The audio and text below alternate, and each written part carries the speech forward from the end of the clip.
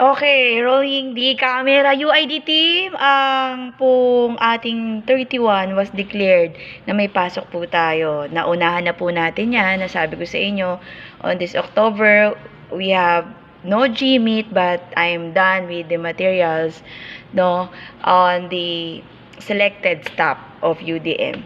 So, since alam nyo na rin na tuloy ang klase natin this coming Tuesday, send ko po, no, as early as now, to avoid cramming, no? Kasi napapansin ko sa second year, I have 12 sections. Sa inyo ako laging may delay ng checking. Alam nyo po, pag-manage po ng time, dapat alam nyo po yan sa sarili nyo. I'm very, very vocal for that.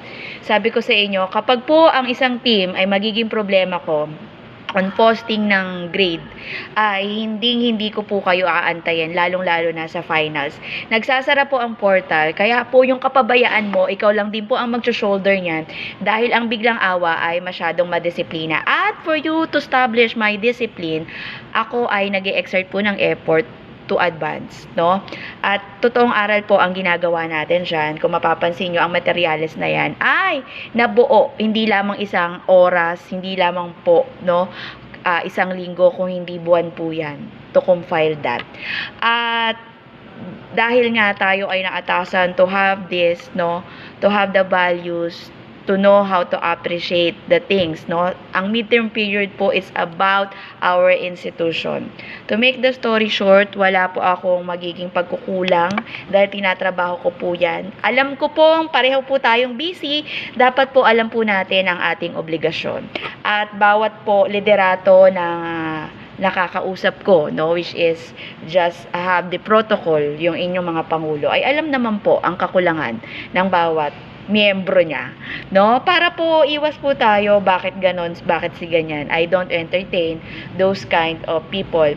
I have my own judgment. I have the skills on what kind of writing you have, no?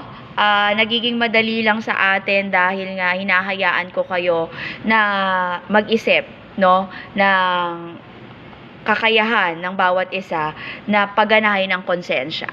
So, ang values po ng biglang awa ay hindi ako mahilig mag-point it out ng ito yung mga nakita nating lapses sa bawat isa na kung wala ako sa harap nung panahon na nag-exam kayo ay oo, hindi ko na yan inisa-isa pa. But then again, I have my assessment, no? Kasi iba ang pamantayan ko.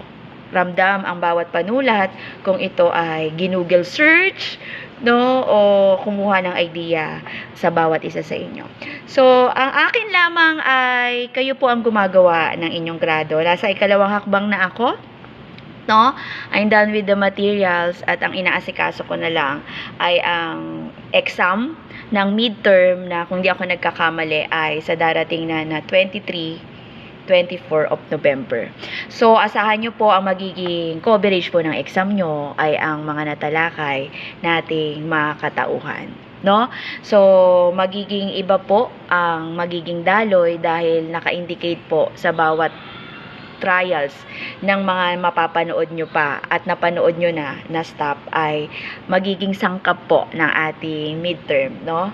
So, ganun pa rin po tayo. Kailangan ko po kayong face to face sa ating midterm. Ang magiging iba na lamang po ay ang type of exam nyo po ay hindi tulad dati na general, no? So, ngayon naman po ay makikita ko po yung mga